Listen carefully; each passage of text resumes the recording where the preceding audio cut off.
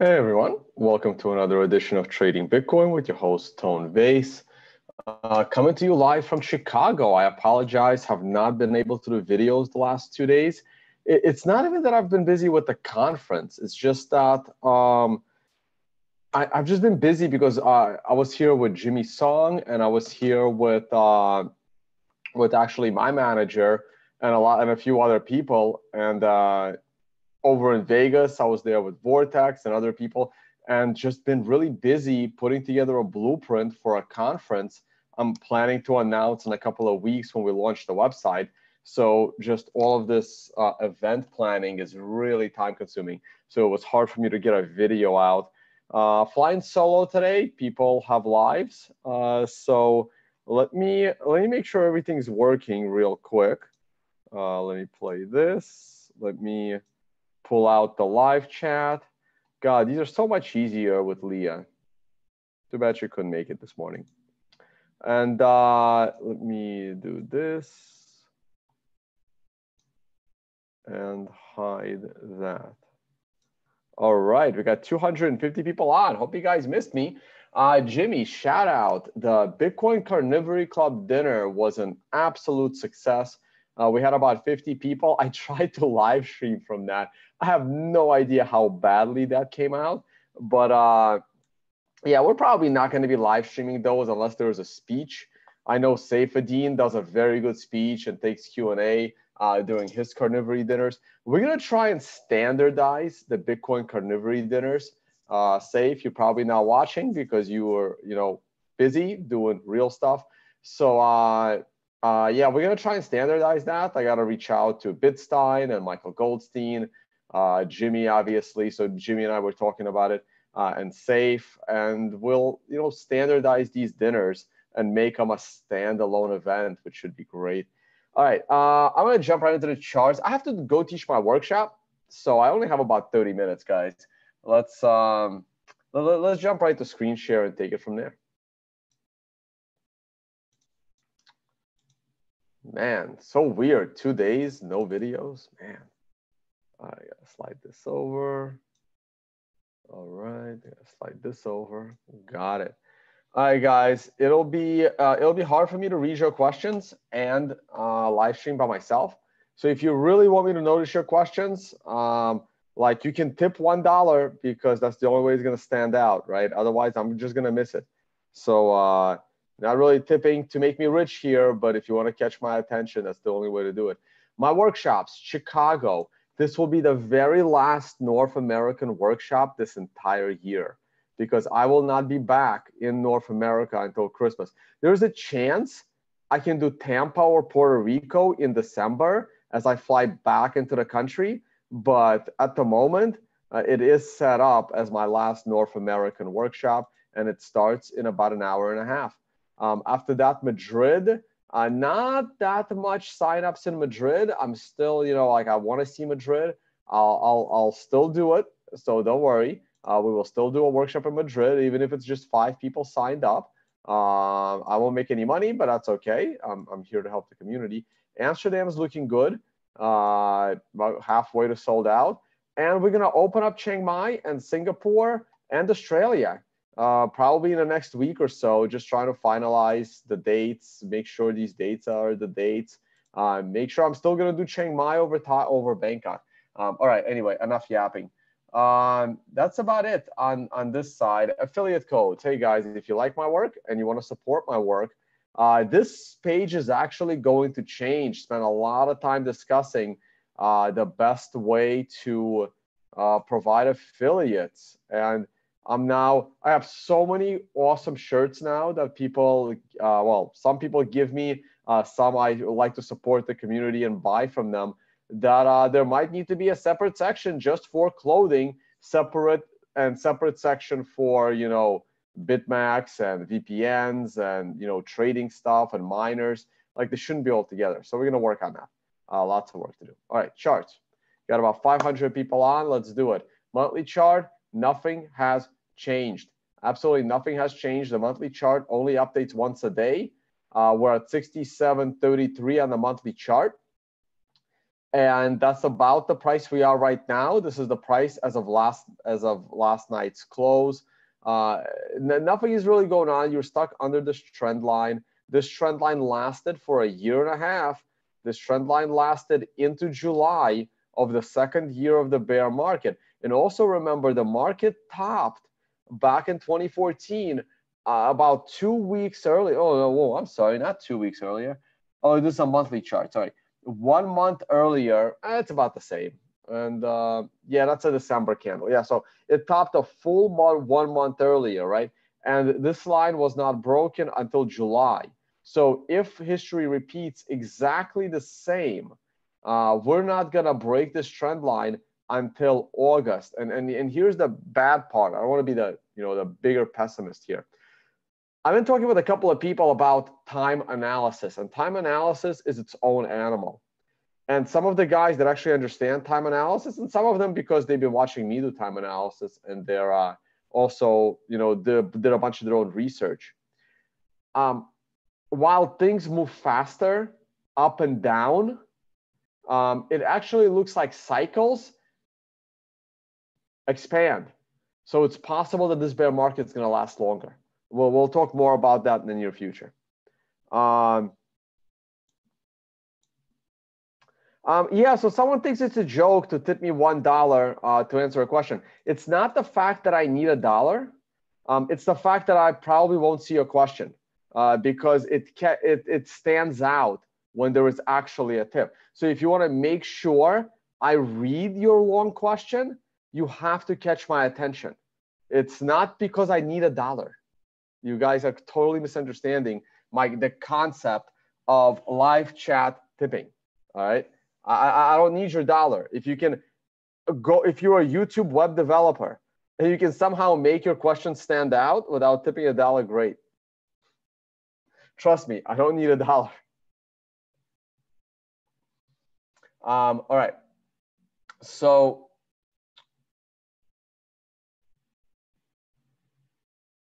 Okay, where are we here?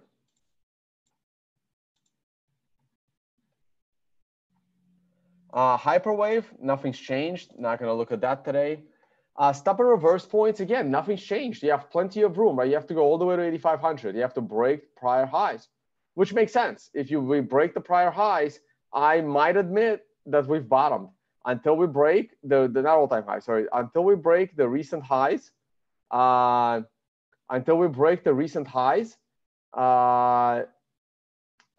can't possibly be bullish, right? To me, it's a dead cat bounce until it isn't a dead cat bounce. At which point is it not a dead cat bounce? Well, when we close above 8,500. So therefore, we have to break 8,500 for me to no longer call this a dead cat bounce and call it a potential bottom to the bear market. My standard chart, this is my standard weekly chart. This is the one that's most important to me.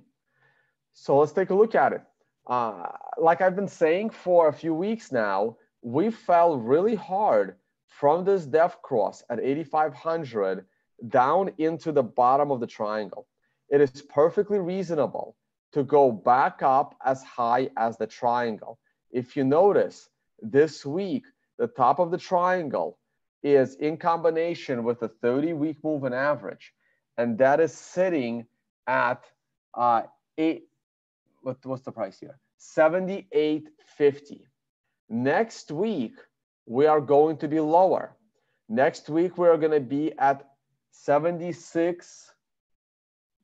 Next week, we're going to be at approximately 7,700. The week after, we're going to be at approximately 7,600. So as you can see, this trend line is going down approximately $100 a day. So the top of the triangle is going to vary based on what week you hit the top of the triangle. The 30-week moving average is also coming down. Do not take the 30-week moving average lightly.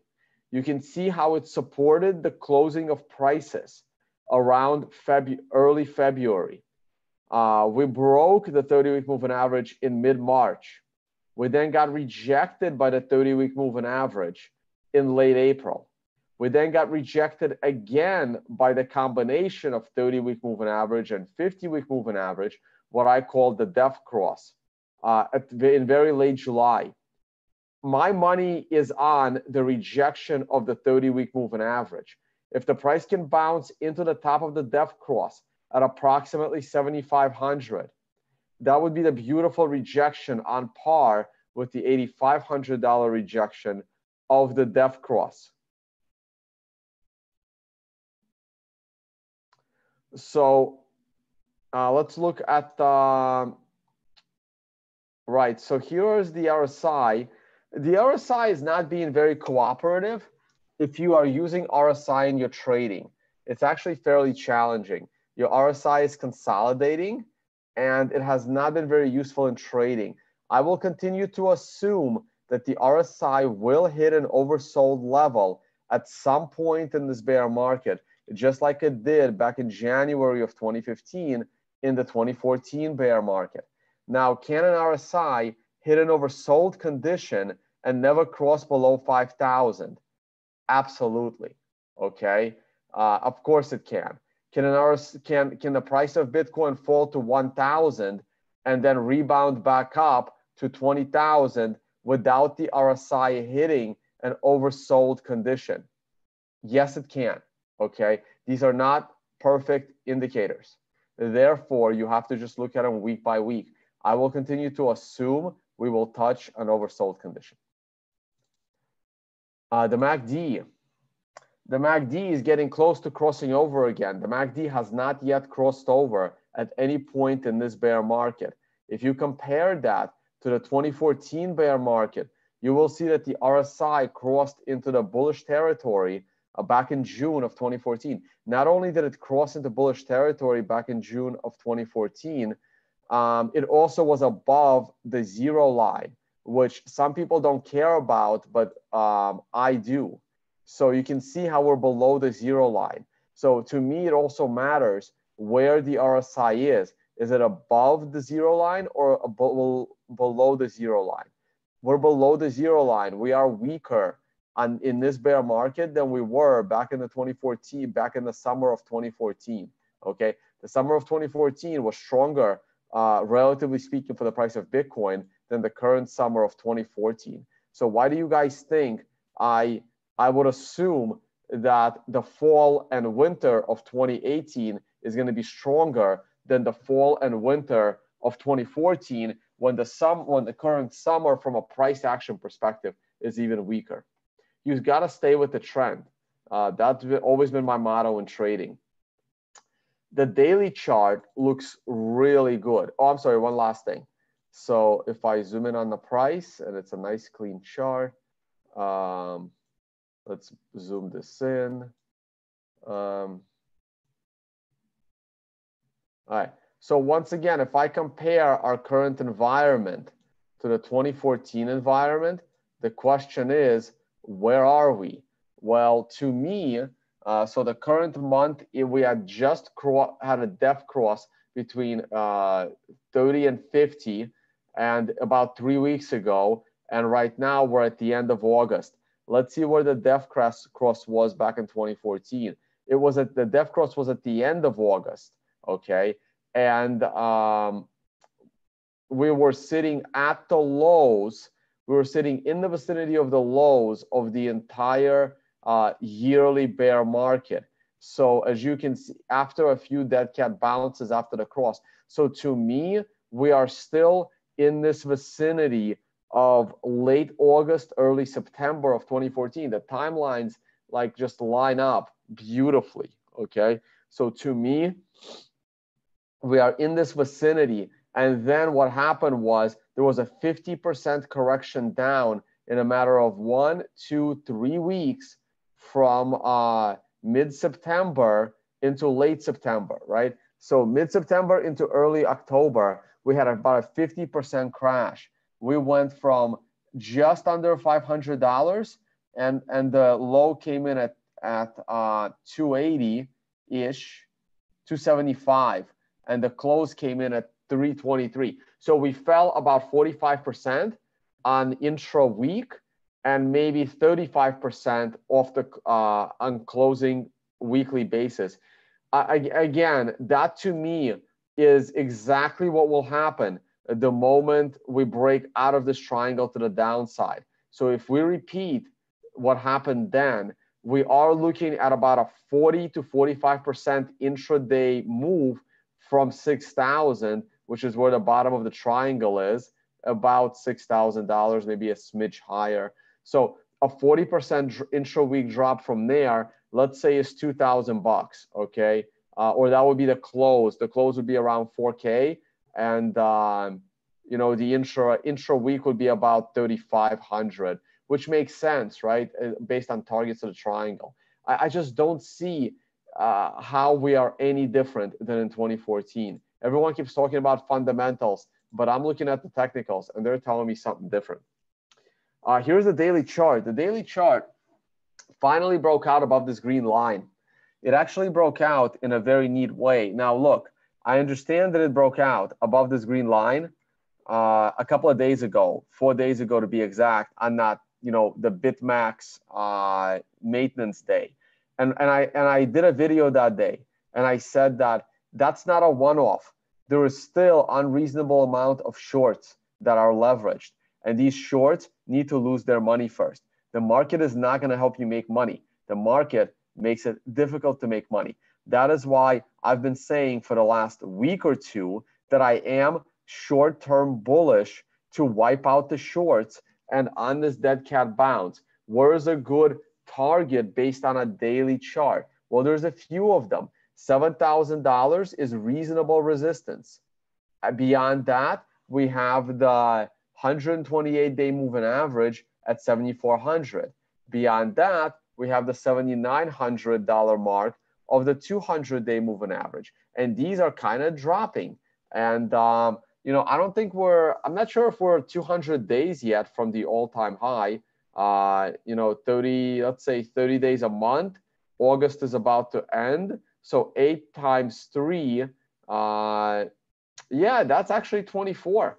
So that's 240 days. So the moving average should start to drop fairly quickly because we are no longer factoring in the values at the top. So this does start to look like a very formidable head and shoulders, but we need to reverse somewhere under 7,000, and we do have a head and shoulders rolling over. Once it gets back to the neckline or a cup and handle, whatever you guys like, once you get back to this neckline of approximately 6,000 and it drops, that's going to be a problem.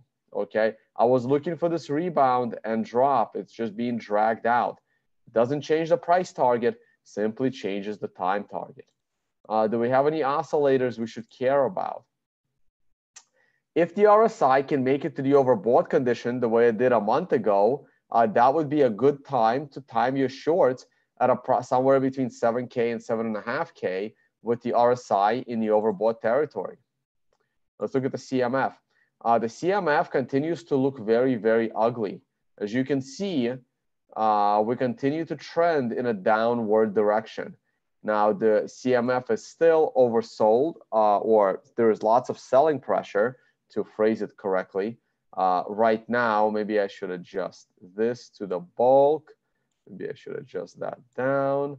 Not exactly symmetric anymore, but you know, maybe we could, yeah. Again, you want to draw the best fit line to touch the maximum amount of space. This is not good. This is very weak, and it's telling you that I don't care what you're listening to about, you know, all of this, you know, Middle Eastern money coming in and the Wall Street money coming in. The daily chart CMF is telling you that the money is not coming in. It's telling you that the money is flowing out. Stop listening to bullshit and start looking at the charts. Now, the MACD looks very, very good. The MACD is probably one of the highlights here. As you can see, the MACD has crossed very cleanly and at a higher level than the prior MACD crossover. This looks good. Now, how relevant is the MACD to everything else on the chart? Well, not all that relevant. This is probably the least useful tool in our toolbox, and therefore, It's nice, but it's not exactly, you know, screaming buy at me. So, but it's good. At least we have some positive to consider. What is this? Oh, one of my friends asked me to look at BitShares. I did a favor for a friend. Not going to talk about it. I'll show you the charts so you guys can see the momentum indicator. And there it is. What a beautiful. This is the first time I've ever looked at BitShares as a chart because it's an outright scam coin. Totally useless. Can't believe people buy into this shit. But hey, if you're going to trade it and you have the sequential system, beautiful TD9 buy, beautiful TD9 buy, followed by an aggressive 13 the following day. These are not as useful. First of all, they're not nines. Second of all, you're in the middle of a countdown. Sorry, you're in the middle of a downward setup. That's the weekly chart. Here's the daily chart. Here's the daily chart.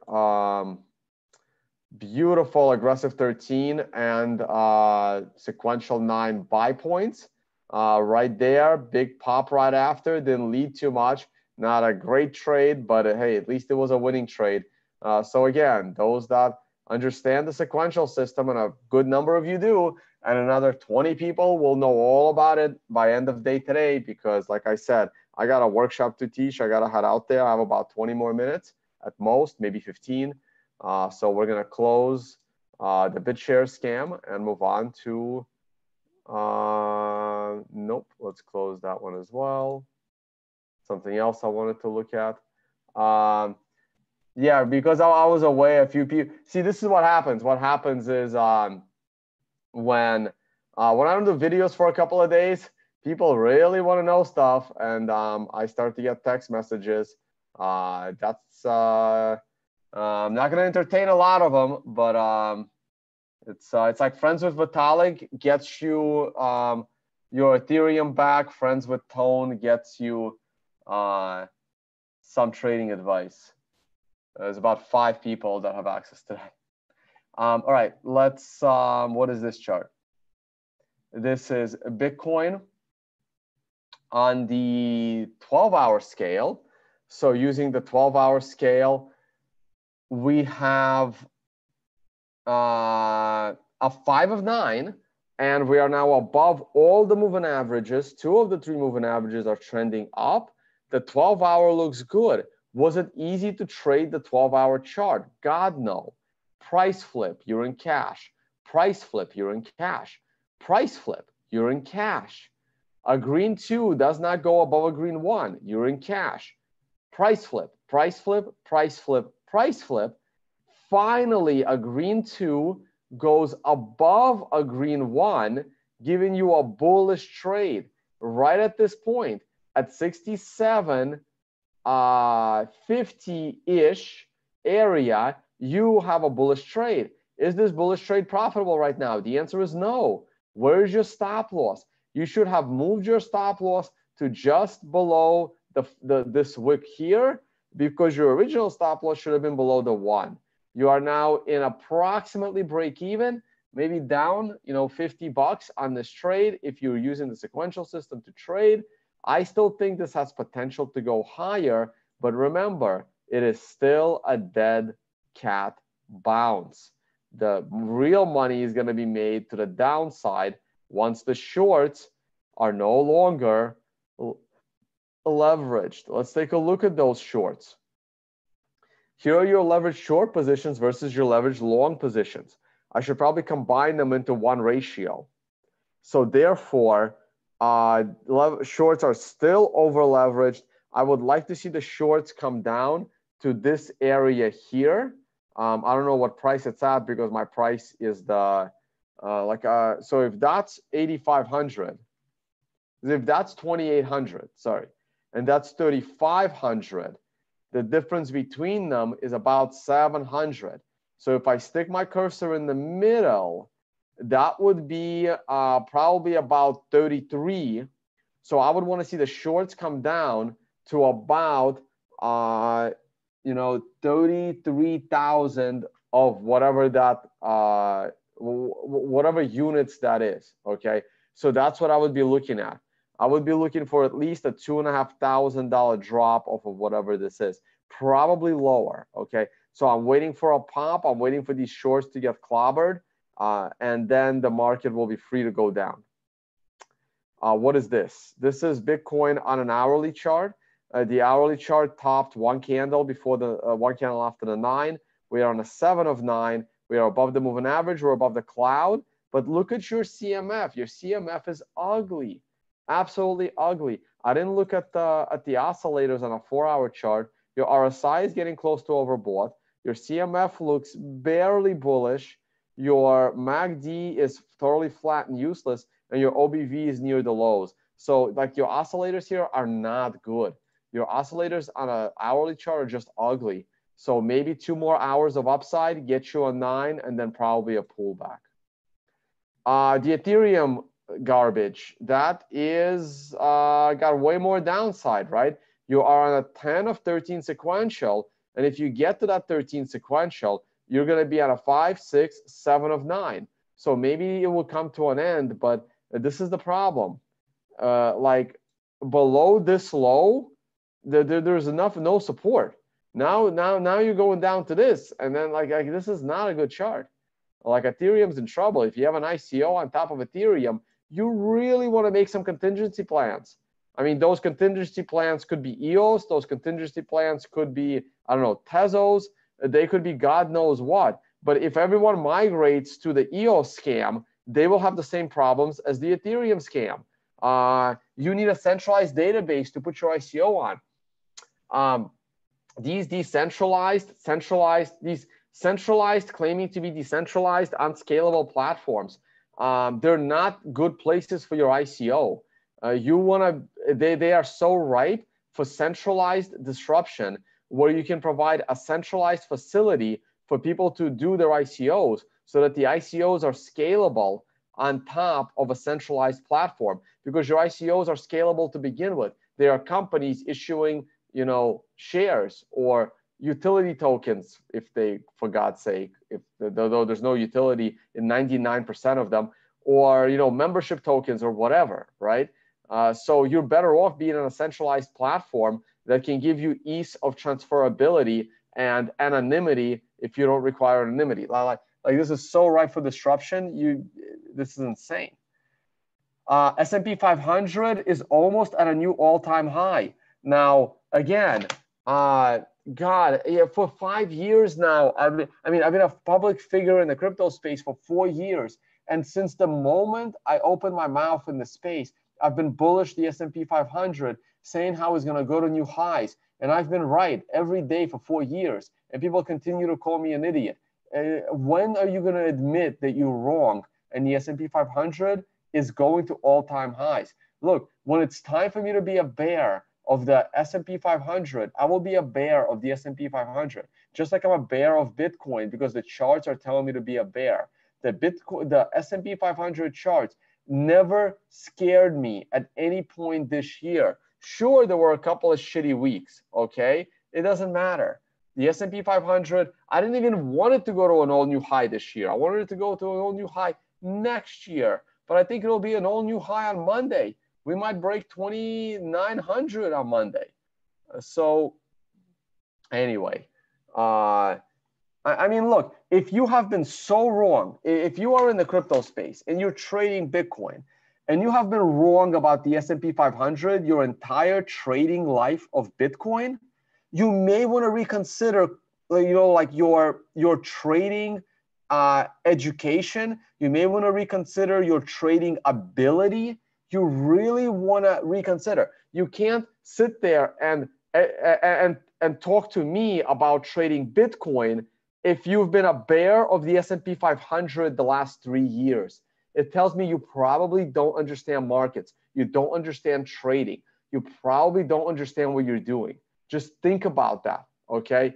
Think about how wrong you've been on the S&P 500 and probably gold, because everyone thinks gold should be up and S&P should be down. And my entire public life in Bitcoin, which has now spanned since early 2014, when I started writing my first articles, have talked about the bullishness of the S&P 500 and the bearishness of gold, okay?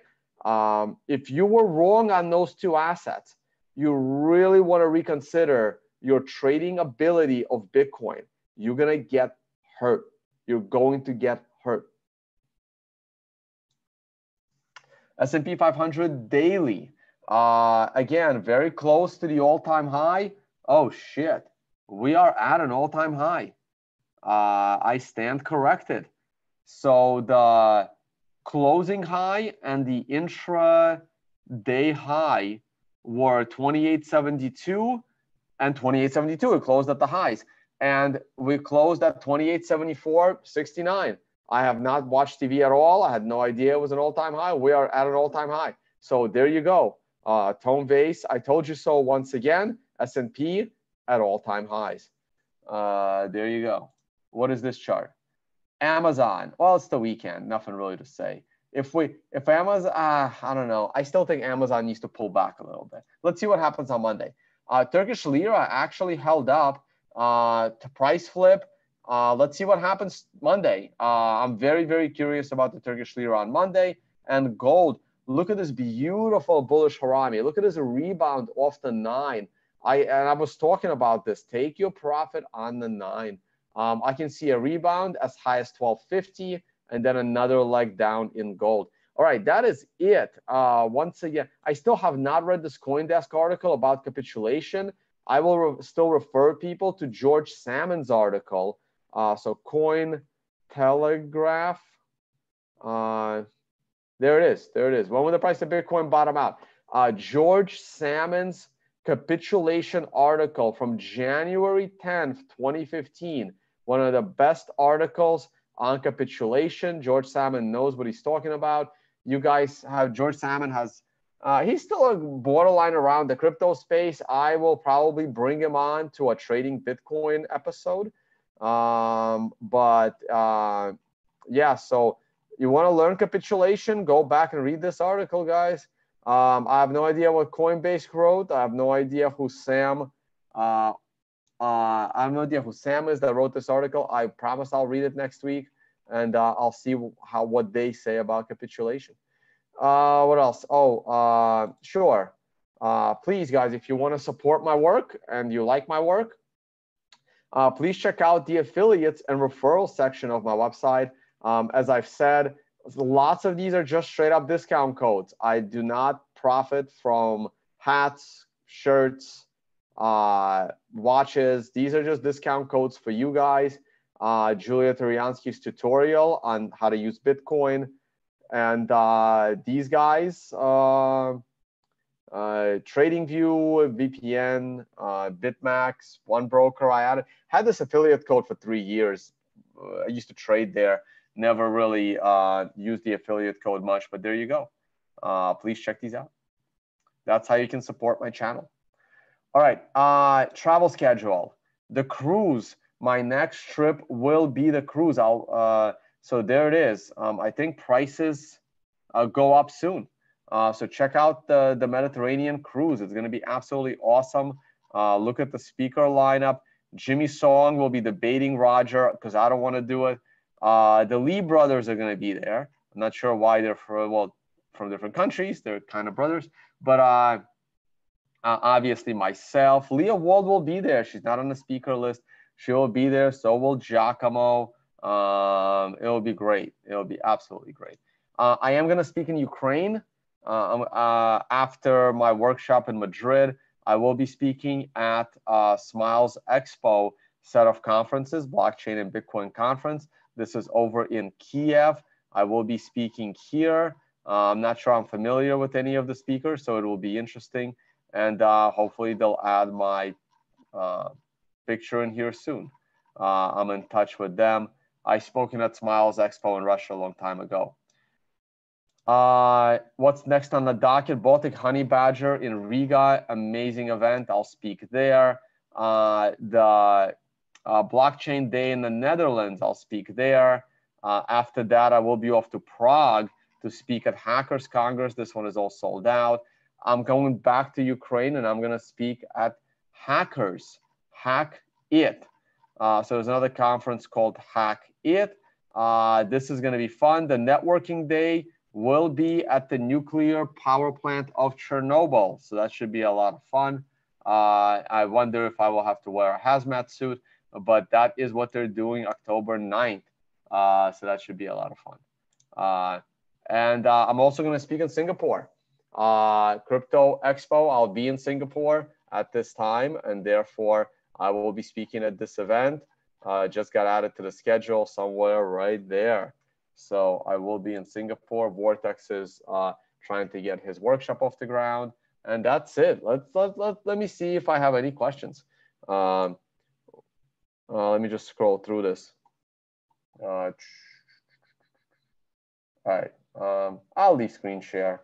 Let's go to the weekly chart. I got maybe 10 minutes, guys. Then I got to pack up and I got to get to the workshop. Let's see here.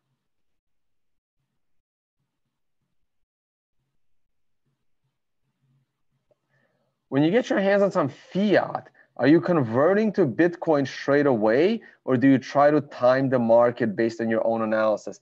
I don't do either, right? I mean, like, you can pay for my workshops with fiat in person, though I don't like that because I reserve a seat and you may not show up. So like 1 or 2 people that I know they're serious, I allow that, but most of the time, no. If I get my hands on some fiat, it stays, you know, in fiat, because I don't like to use my Bitcoin as a currency unless I know the person is going to hold the Bitcoin. So I mostly spend fiat, you know, to pay my bills, to, you know, buy a drink, buy dinner. So I'm not. Now, if the Bitcoin market continues to go down and Bitcoin price comes down to $2,000 to $3,000, and I'm sitting on a bunch of fiat, hell yeah, I'm going to convert it into Bitcoin.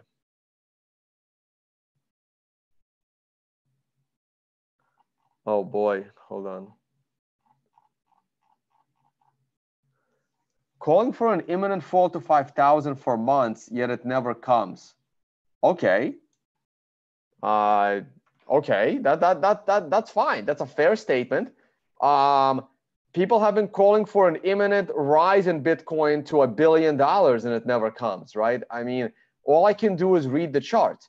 The charts are telling me there is an imminent fall to 5,000 until there isn't.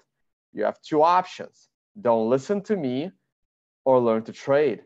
I mean, there's nothing I can do for you, right? I don't control the price of Bitcoin. If I had control over the price of Bitcoin, I would have crashed it to 5,000. Then I would have crashed it to 3,000. Then I would rise it to 5,000. Then I would crash it to 3,000. Then I would crash it to my 1,300. And then I would make the price of Bitcoin go up to $1 million a coin. But I don't have control of the price of Bitcoin. Therefore, the Bitcoin price doesn't have to do what I tell the price of Bitcoin to do. All I can do is use my 15 years of experience to tell you what I am expecting. You are not obligated to listen to it, and you are not paying to listen to it. Next.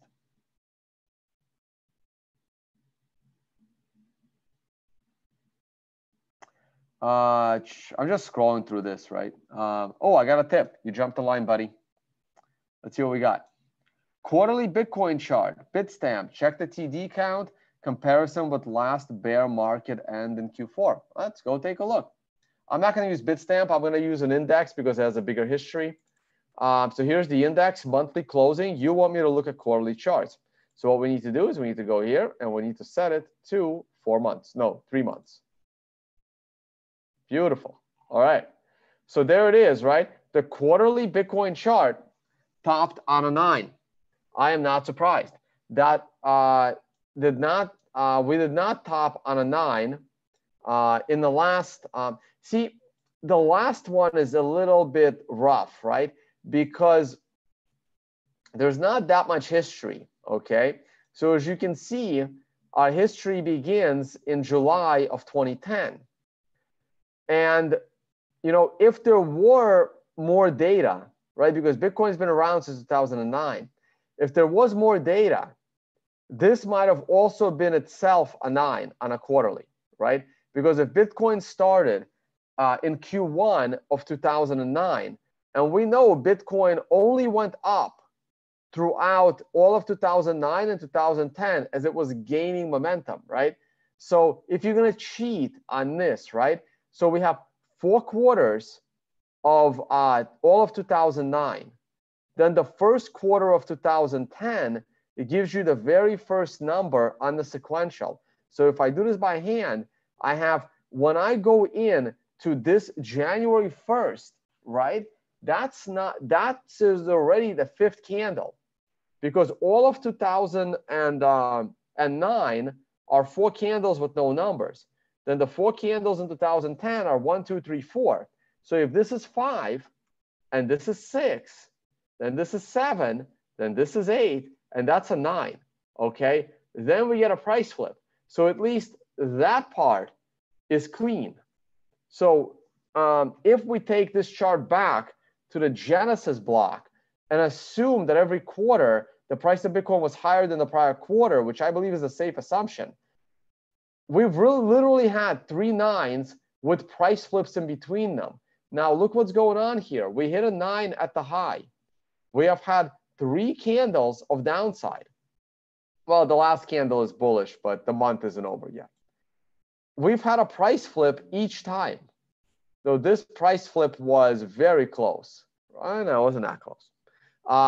So I want to wait for a price flip.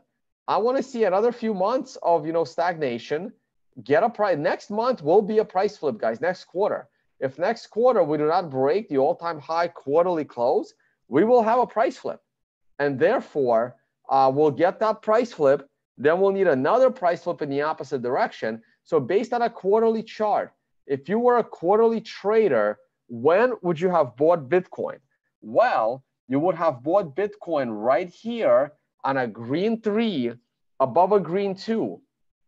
Could you have went back to cash because you got scared on a price flip?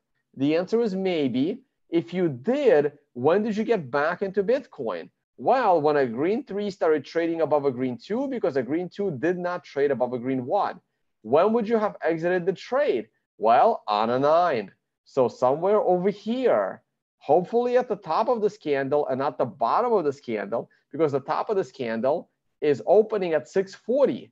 The bottom was 370. Big difference, 50% difference, right? So hopefully you got out somewhere near the top of this candle right here. When do you get back into the bullish trade? Well, when a green number trades above a prior green number. When did that happen? That happened the second quarter of 2016. At what price? What was the high of Q1 of 2016? The high was $464.66. So at exactly $465, you are buying into the bullish trade. When do you exit the trade? Well, guess what? You exit that trade on a 9. If you exited at the bottom of this candle, you exited at 4,400. If you exited at the very top of this candle, you got out at the high of 19,000. If you exited at the close, you got out at, what was the close? 13,900. If you waited till the following quarter and you got out in the beginning of the quarter, you did well. If you got out at the end of the quarter, you didn't do so well, but still better than if you got out in the beginning of the 9 quarter, right? So this is how you trade long term. Since then, you had a green 1, then a green 2 did not cross the high of green 1. A green 3 did not cross the high of green 2. I will wait for a green number to cross above the prior green number. If that happens next quarter, it's going to be tricky because I don't like entering on 4s and 5s. Well, 4s are okay. 5s is not so okay. And 6s are a no-no. So I want to see a price flip. I want a price to reset. I want to see a price flip to a red 1, then a price flip to a green 1, and then a green 2 above a green 1 for a clean entry. And then we catch another 9-quarter long wave. That's how you trade long term. These are your retirement style trades. All right. So, hey, you tipped Julio and you got a nice long answer. Let me see if anyone else has a reasonable question.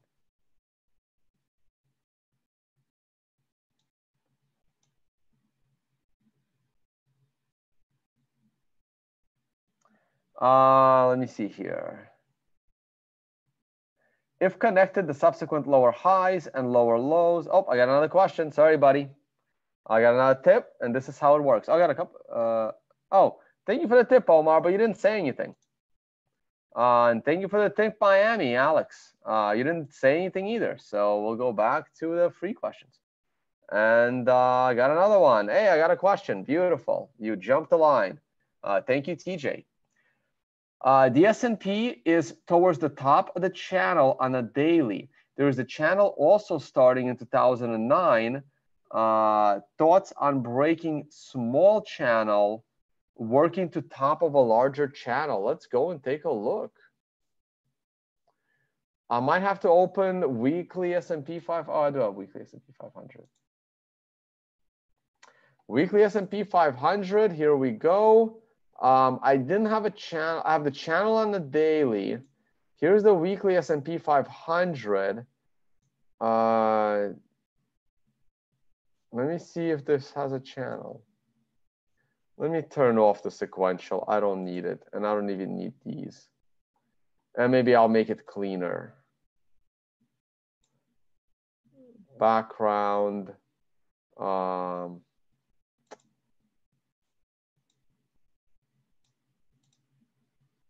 Let's clean this up.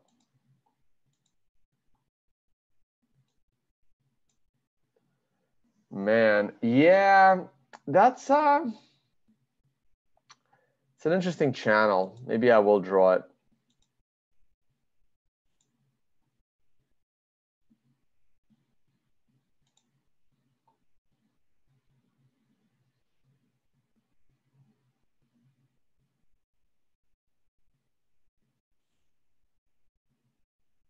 We broke out, guys. Clearly. Like, clearly. I want to steepen this, maybe. Oh, man. Trying to, make this work. We broke out of the long-term channel. So the market has been more bullish since the 08 crash than it probably should be. That's not a great sign. I did not want us to break out of this channel. I mean, it's possible we can still go to the bottom of that channel at some point. We overshot. We might overshoot to the downside. Market has been strong. What do you want me to tell you? Not really many thoughts to add on this. The daily channel is much smaller. And let's see what happens. Let's see what happens. I'll leave it. I'll turn my stuff back on. Yeah, there's your channel.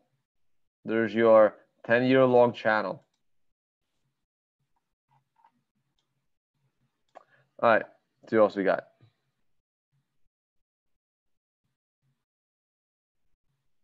Someone is asking, are we close to the point to reverse to higher highs or at least higher lows? I don't know. That's the thing. I don't know. I'm going to see what the next high is. Then we will see. So far, we haven't had higher lows. We've had like the last 4 intra day lows and the last 3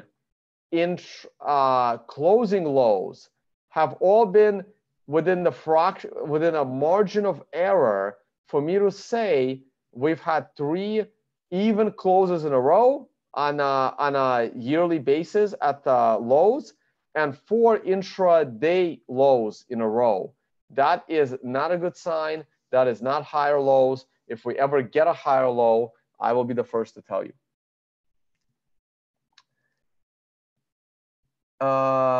If someone said Bitcoin sees 50,000 by Christmas, it would be more along the lines of what you are thinking. No, absolutely not. If someone is telling you that Bitcoin 50,000 by Christmas, they're probably just guessing and they're just trying to, hype it up. I don't see how in current environment Bitcoin is going to be more than $10,000 by end of year, which is Christmas. So to me, it would be a miracle if Bitcoin is sitting at above 10,000 by Christmas. To me, that's a miracle. It would be great. I'd be happy. My conference is going to be in January, and it will be great. I may not be broke putting on a conference if it's above 10,000, but I think it's going to be significantly lower. 15K when it gets here. No, BitMax wasn't up in 2014. I was beta testing BitMax in late 2014. I met Arthur in Q1 of 2014, and BitMax was still, in development. So I believe, well, you can see it, right? So you can Google that, right? So I used to write for Cointelegraph. All my early work is at Cointelegraph. So if you go to, Cointelegraph, BitMax, Tone Vase. Been around a while, guys. I misspelled everything. No, not BitTrax. BitMax. There it is. BitMax kicks off trading challenge. BitMax trading challenge kicks off round 2. There's a picture I commissioned of Arthur Hayes. If you guys have met Arthur Hayes. And I participated in this. This was a BitMax beta test where I think this is my screen. This is their original platform. This is me trading on BitMax in beta mode before they went live, testing out the kinks. And this is me actually interviewing Arthur Hayes. And when was this written? This was written in September of 2014. So this was still beta testing. I was part of the challenge. I was up there competing for a 1 Bitcoin prize, though at the time of September 2014, 1 Bitcoin was like $400, right? So who the hell cares? Might have been 10 Bitcoin prize. I don't remember. I really don't remember what the prize was. And I think I finished in the top 10 or something, right? But I didn't win.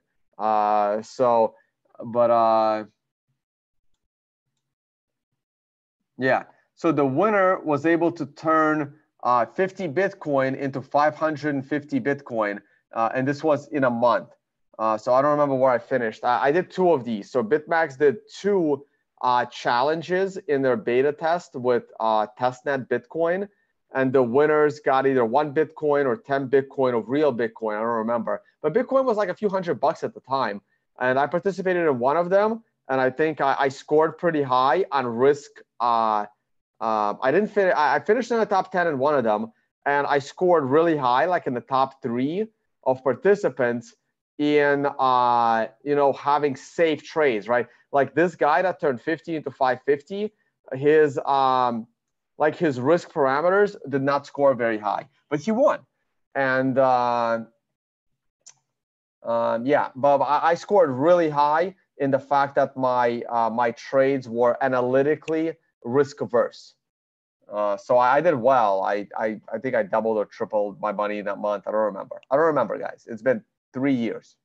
I don't remember. I know I didn't do too bad. I know I was trying to win that first spot. Anyway. It's not different than 2014, guys. Everyone keeps telling me how different it is in 2014. It's not. You know what 2014 was like? Everyone was a Bitcoin maximalist. Everyone was pushing for Bitcoin to be accepted, to be a currency, to be accepted by stores, for everyone to hodl Bitcoin. Bitcoin technology was not as, robust as it is now. But the Bitcoin ecosystem was stronger in 2014 than it is now.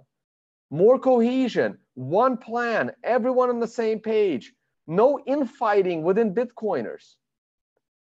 The political, social, and fundamental environment of 2014 was so much stronger back then. I was there. Most of you were not.